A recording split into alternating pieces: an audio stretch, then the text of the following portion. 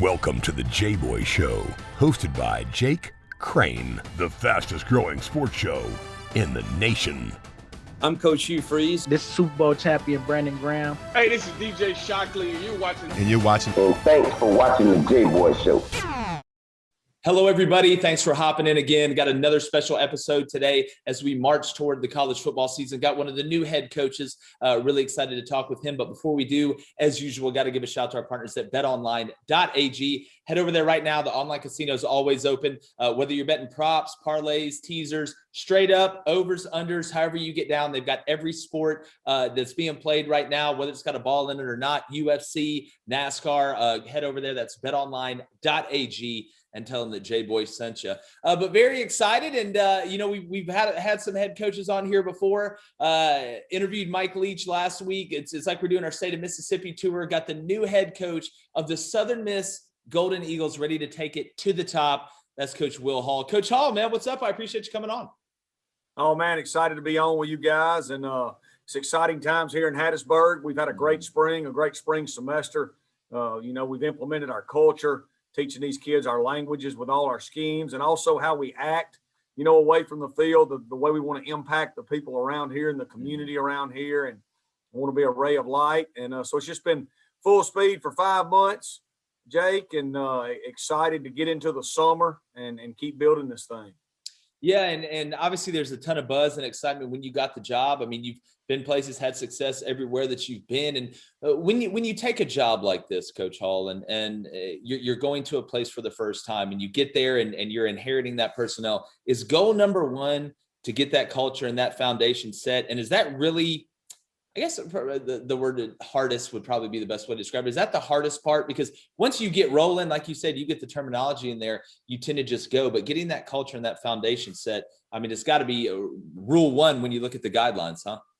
No question. When we got hired, there was three things that we were trying to get accomplished every day. Number one was taught the kids that were already here into staying. With COVID and all the young men being able to come back for an extra year, we wanted everybody to come back and give this program a shot. Number two was hiring a staff. And number three was recruiting. And you're really doing all those things all at the same time, right? So You're blowing and going. You're wanting to get the right pieces in place to do that. And then once that solidified itself, then you immediately go into, what do you want this thing to look like? What is our vision for what we want Southern Miss to be? And we wanted to clearly define that for everybody. And Jake, for us, we want to be the best group of five football program in America, and we want to develop real men. That's simple, but that's what we're trying to do every day. I think Southern Miss can be the best group of five football program in America. We've been that before, and we've got great history and tradition. We're in a great location.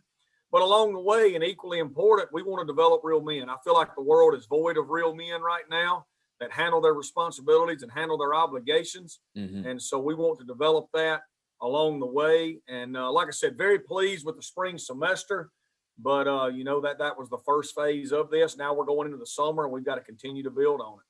Yeah, and I want to ask you about spring here in a second. But, Coach, when you found out that you'd have the opportunity to interview for this job and to get this job, what were the first couple things, or maybe what was the first thing that stood out in your mind about Southern Miss? Was it the tradition? What was it something else? What kind of popped in your head? Well, for me, it's a little bit unique than most people interviewing for a job because I'm so familiar with this area and everything about this area. Everybody knows, it's been documented. My dad is the second winningest high school coach in Mississippi history. But my dad wasn't a guy that stayed in one place. He moved all over the state and was a program builder. So I was raised by, high school football coaches and got to know a lot of people. Then I played junior college ball in this state. Then every job I've had, we recruited this state hard. So you're looking at, basically 35 years worth of familiarity and connections and relationships being built. So when the job first became available, to me, and obviously I'm prejudiced towards me, but it made a lot of sense. It made a lot of sense for me to come here, and it made a lot of sense, in my opinion, for Southern Miss to hire me. But that ain't the way it always works, right? And so I'm very thankful to Dr. Bennett and that Jeremy McClain felt the same way. And what I can tell you so far through 5 months is it has been a great fit. I think you've seen that through the way we've recruited. And I think you've seen that through the buzz we've been able to create and the excitement we've been able to inject back into this program. And now we got to keep going. We've got to keep this ball rolling. Yeah, and it is a great connection. And it seems almost like a I could ask you, do you feel at home? Because again, being where you're from and going to the state, and yeah, you played junior college ball. You also went on to win the Harlan Hill, become multiple-time Golf South Coach of the Year, and just continue to rise. And Coach, going into spring, you're putting in your terminology, you're installing the base of what you're doing and getting your identity. How would you describe Southern Miss offensively from an identity standpoint? What can the fans, kind of expect to see from you guys on offense? Yeah, so I guess the buzzword we've used everywhere we've been is we want to be a power spread. Mm-hmm. So we are going to spread the field. Now we're very pro style in our thought process. We use tight ends. We use multiple tight ends. We use we're very rarely 4 wide. Now we'll line up in 4 wide formations, but we always want to have those hybrid guys on the field with the tight ends and the running backs can go in and out of the backfield. We want to establish the run, Jake. I just believe through the course of time, to put a ring on your finger, you've got to establish the run in some form of fashion. And then we want to create explosive plays off of that. The Tampa Bay Buccaneers, again, this year won the Super Bowl, establishing the run and creating explosive plays. And we've got to get back to being the nasty bunch on defense. That's our, kind of our moniker here. We've been the nasty bunch. We've got to get back to being that. Mm-hmm. And so we want to be a program that, number one, in everything we do is built to develop quarterback play. I think there's programs all over the country from the NFL all the way down to the 7th grade that continues to have great quarterback play year in and year out. Those programs are built towards that. We've been that at other places I've been. Southern Miss has been that before. We have great quarterback tradition. So that's number one. We want to develop quarterbacks. And then number two, everything else we put into the program wants to be defense related. We want to be great at quarterback, and we want to get great on defense. And for a long time, that's worked at every level. And that's the model we will follow, as we build this thing. Yeah, and again, you talk about, being multiple in personnels and being able to flex the tight end out there and get in 11 and get in 12. And is, establishing the run, Coach, and you talk about kind of a pro-style mindset offensively. And again, I'm not asking for your secret sauce and stuff here, but you want to run to open up the pass. How big is the play action game going to be with y'all offensively? Because, again, if you're going to be run precedented, you got to be able to run the play action. And really, how does the play action, in your opinion, affect a defense? Because I talk about this all the time. When you got a quarterback going from the gun or under center, being able to change the launch point of the defensive end. So, but kind of how will the play action game factor into you guys? And do you use the tight end as a security blanket, or is he in the progression most of the time? Yeah, so play action's huge, for 2 reasons. Number one, it puts defenders in conflict. It allows you to get behind defenders and create explosive plays. But number two, you can look at all the data that's on social media, from Pro Football Focus to all these draft analysts and all that.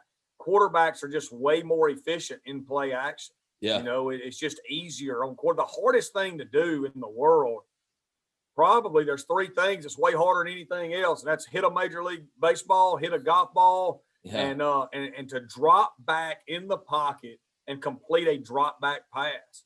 It's just extremely hard. There's very few people that can do it over a continued amount of time. And that's why you see so much money being put into that in the NFL. Mm-hmm. And what we had 5 quarterbacks picked in the first 12 picks, again this year, because they're just trying to continue to find those guys that can do it. And it's hard. So play action will be huge for us. It always has been, as a way to create explosive plays, but also to help develop the quarterback. It depends on what we're doing, Jake, as far as the tight end. The tight end will catch passes for us here. Yeah. We've had all conference tight ends in our past, but he will also be involved in the run game. He's got to do both for us. Yeah, no doubt. And it's such a matchup problem. Me being a defensive guy, that tight end scares me more than that guy on the outside running 4-4, 4-5 all the time, but especially when you get in the red zone. But Coach, going through spring, you guys, first off, it's fantastic we had a spring this year, obviously from a coaching standpoint. Taking over a new place. I mean, that's, for the guys last year that had to come to a new place and didn't get a spring, man, I can't imagine trying to get that install done and losing that time. But what were some things that stood out to you this spring from your group as a whole, and not just, players stepping up? I'm sure, guys doing what they're supposed to do off the field, showing up on time, getting to pre-practice ready and ready to roll. Were you happy with the focus that you had out of the guys this spring? Yeah, the biggest surprise for us, Jake, and I think, our staff, we talk about this all the time, and I guess we finally kind of quit talking about it because it just is what it is, but was the buy-in from these kids. Usually when you come into a program, this is my third time to take over a program. Usually you have an adjustment period where there's some kids that just don't make it, and there's some that buy in and some that don't, and there's a transition time there that's not a lot of fun for the staff and not a lot of fun for the kids.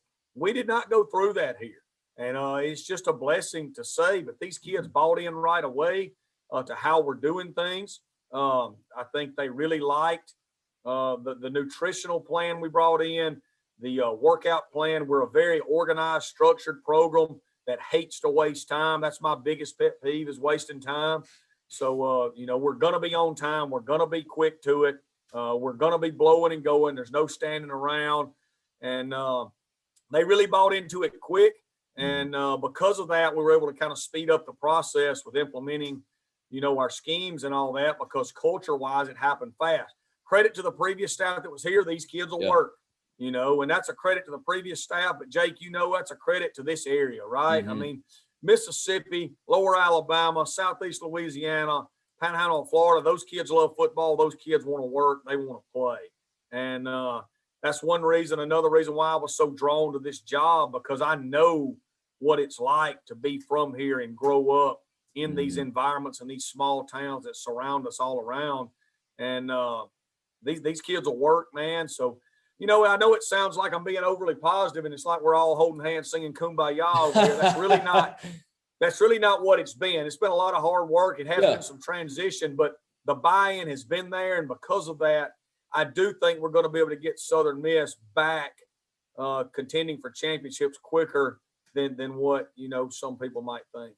Yeah, and I'm really excited to see. And when the kids buy in early and they're able to work, it makes that transition so much smoother. Then you can get to the ball, the academics, the other stuff you've got to handle it. And I do want to ask you about structure here in a second. But you talked about wasted time. If you're wasting time going out fishing, you're not catching anything, you don't know why, you need to go to monsterbass.com. Use the promo code JBOY10. That's JBOY10. You save 15% off your first order. Their subscription fishing service. So whether it's lakes, ponds, saltwater, freshwater, they're going to top water, or you like to hang in the bottom and try and catch those big catfish, they're going to have the lure and the jig for you. That's monsterbass.com. And look, we're talking to Coach Will Hall from Southern Miss. I know my Mississippi friends love to fish. And if you're struggling, you need to go to monsterbass.com. And don't forget, use the promo code. Look, it's a free coupon, JBOY10. That's JBOY10. They'll mail it right to your door. It's easy. That's monsterbass.com. Here with Southern Miss head coach Will Hall. Coach, we just, before I got to that mid-roll there, we're talking about structure a little bit, and I want to ask some areas where you feel like you guys need to improve. And I want to ask you about the transfer portal. But when you take a new job, we talked about the buy-in, we talked about the transition and the fit. But bringing a different structure and a different plan, because of course the last staff, you practice and you go to weights and you do that. But you bringing in your structure, the way that you guys practice, the way that you structure the whole practice from when you guys start to when you guys finish, your practice plans, are they fast paced? Are you guys out there, 2.5 hours, you cut it down to 1.5 and you're going fast? What's been kind of your methodology on that as you've seen the game and the player evolve over the past, 5 to 7 years? Yeah, we're extremely fast with everything we do. We don't want to waste any time. I mean, these kids, I believe the college football experience ought to be the best experience of their life. I think it ought to be a lot of fun. I think it ought to be something that they look back on their life, wishing they could do it again and do it over. So, we're going to, if we say a meeting starting at 7:30, it's starting at 7:30. If we say it's going to be a 40-minute meeting, it's going to be a 40-minute meeting. When we get out on the field, once that horn blows, we're blowing and going. There's no standing around. There's no waiting on something else to happen. And that's just me. So our practices are usually right around that 2-hour length. Sometimes they may be 1:50. Sometimes it may be 2 hours and 10.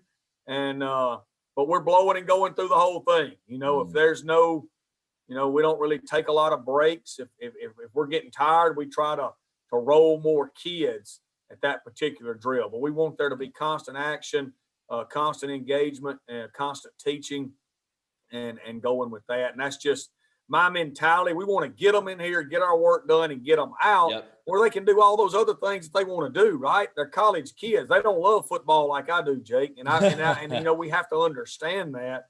They've got to go to class. They got to go to study hall. They got to get a degree. They got to go talk to girls, you know? I mean, that's what they like to do. I mean, they've got to have a life outside of it or it becomes not fun anymore. And no little kids running around South Mississippi right now going, you know what? I can't wait to be a college football player one day and not have any fun. That's exactly right. I can't wait to go to study hall.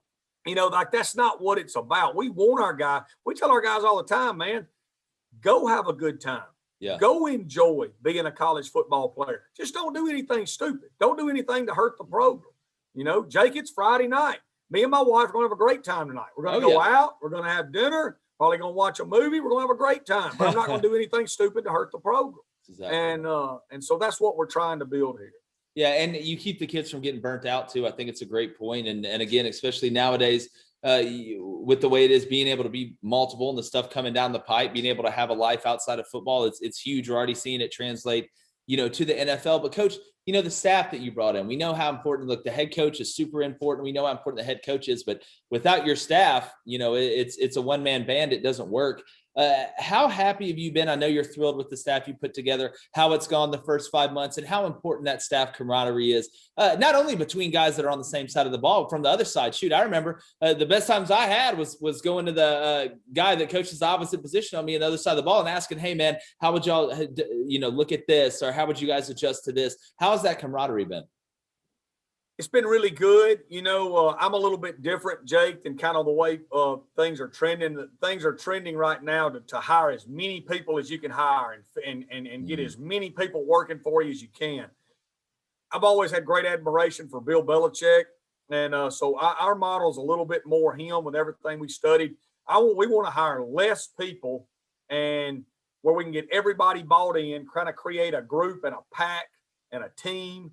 And people do more work. You know what I'm saying? So we didn't hire all the extra people running around like a lot of people do.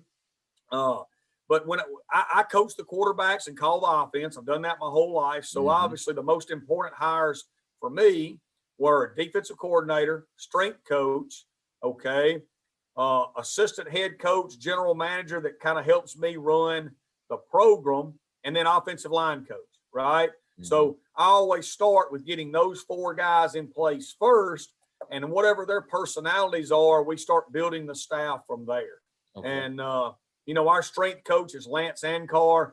Lance is a guy that was an All-American at North Alabama with me, phenomenal football player, came up under the Scott Cochran system in Alabama, has a great track record, tremendous positive energy guy that has a unique ability to push kids and be hard on them, but yet they still love him. So we got him in place. His values completely align with mine and how we want to treat kids and impact them. Then Austin Armstrong at defensive coordinator, I think is one of the top young football minds in the whole country at any level. Austin was a really good player for Mike Turk at Huntington College. He's a young guy, but he's been under Ron Roberts, Dan Lanning, us at West Georgia, and, Kirby Smart, all those guys. So just a great, passionate young guy with a bright future. And then Reed Stringer is our assistant head coach, general manager. He helps me run the program on a day-to-day basis, from the roster management, the recruiting, handling things that allows me to still be the coordinator and call the plays. Just a great person that really knows how to treat people. And then we got Jeremy Darvo on the offensive line. Was under Bobby Petrino. Our system has a lot of Petrino influence through the years. And Coach Darvo won a national title in 2018 at Valdosta. I coached against him, was extremely impressed. So those were kind of the four pieces I wanted to get in place first, and then start building the rest of the staff around them. And, we've hired a bunch of great teachers, a lot of guys that really align with what I believe, that, you treat others the way you want to be treated. This doesn't have to be miserable. I want a staff, Jake, that's kind of old school. I want a staff, when we win a football game, we want to hang out with each other and enjoy it. Yeah. You know, that D1 has kind of gotten to where those staffs, they win a game and they can't wait to get away That's from exactly right. Work is miserable. We're not that way here. We're really old school and trying to do it that way. And I feel good about that. That's the way we've done it. And other places I've been the head coach, and it's going good so far. Now, we hadn't lost a game yet, but it is going good so far. Yeah, and it's so important. And again, man, those, you know, after those wins, man, those are some of the best times to hang out and you really build that camaraderie, and everybody can kind of take a deep breath, at least until the night's over, and then you get ready to go to work the next day. But you know, Coach, again, a lot of positives, a lot of pros. What are some areas going into the fall that you feel like you guys need to improve on? Is there some position? Are you guys going to be active in the portal? Because we know how, you know, different it is nowadays, and you almost have to be. But what are some areas you guys need to continue to improve to get to where you want to be by the time we kick this thing off? Yeah, you know, I was asked that question at a booster speaking event just 2 days ago, Jake. I was, you know, the best way I know to answer that right now is we just need time, man. You know, we're 5 months into this thing. Every time we come to a new phase, it's the first time we've gone through that phase together. Okay. That's me and this staff. That's this staff and these kids. That's this program and our fan base.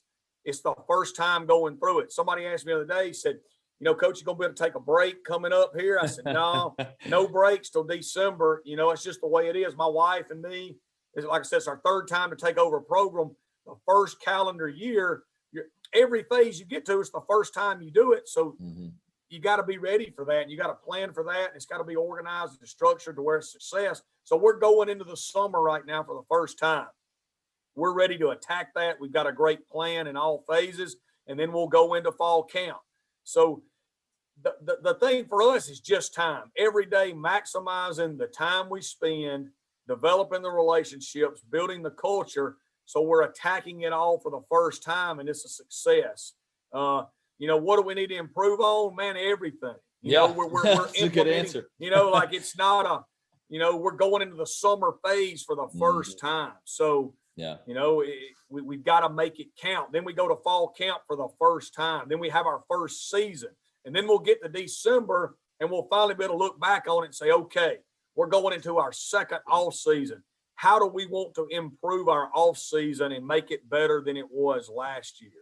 But right now it's the first time for every time, man. So we got to make it count.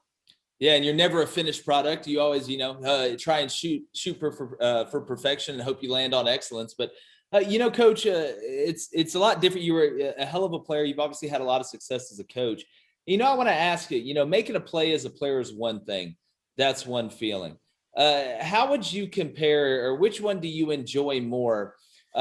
Making the play yourself, or taking a guy that you recruited, that you identified in high school, that he took a chance on you, you took a chance on him, and you're in a big game, Division I, on TV, not on TV, and you watch him make a play and then watch him celebrate and get excited. Which one do you enjoy more? I think I got an idea, but I'm going to let you answer it. Yeah, I'm going to answer it two ways. Number one, it's way more fun as a player, okay? Like, it's so much more fun to play the game of football than to coach it.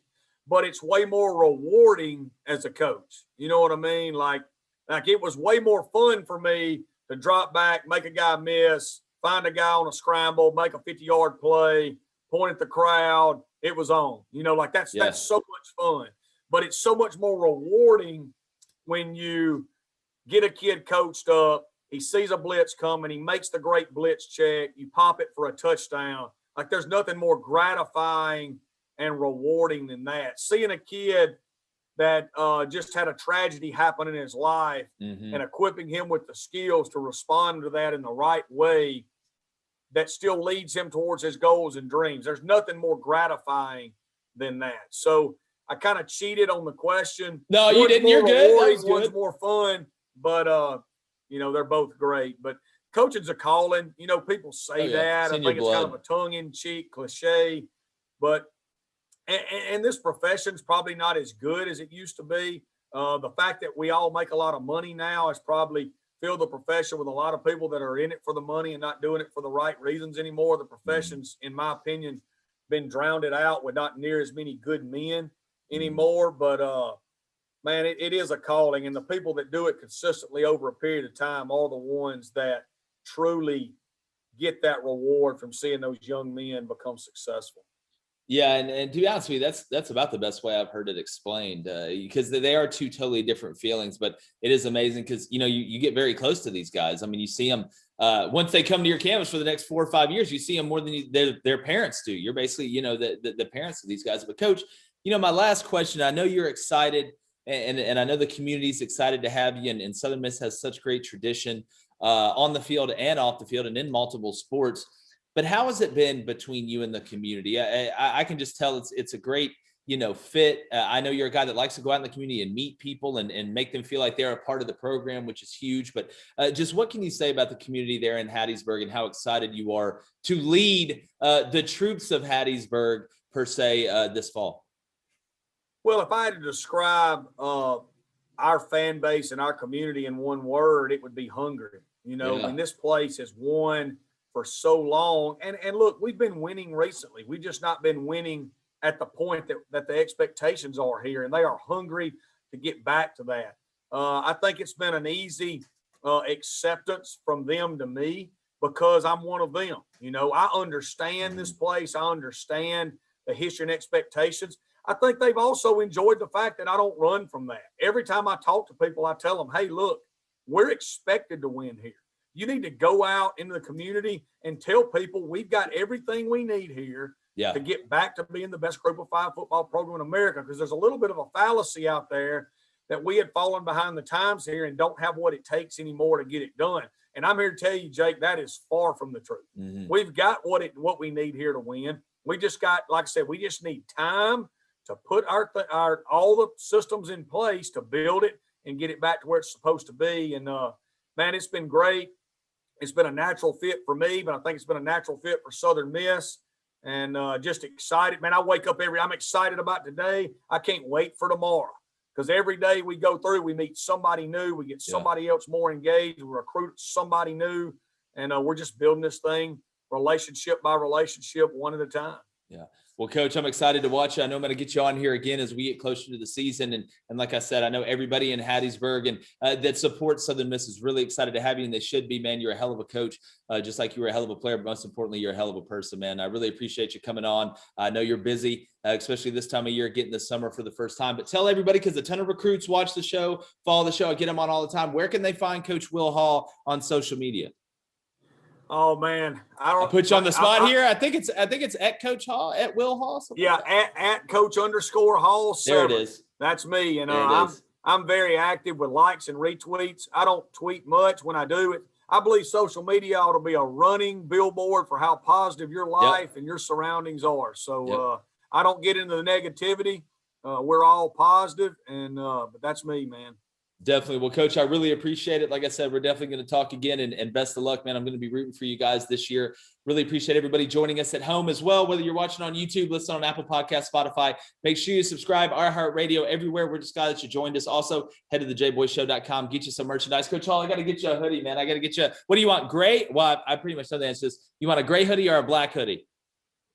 You know what? I'll take gray. Wow. Okay. Yeah. Well, a little alternate. I like that. That. But I appreciate it, man. We'll talk soon. Like I said, appreciate y'all. It's been another edition of the Jboy Show. The Jboy's going, gone.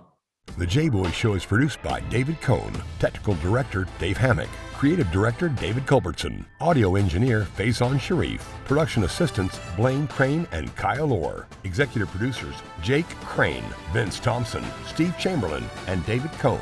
Please subscribe to our YouTube channel and visit our website, thejboyshow.com, for updates regarding our newest apparel and merch designs. Win the water cooler with the Jboy Show.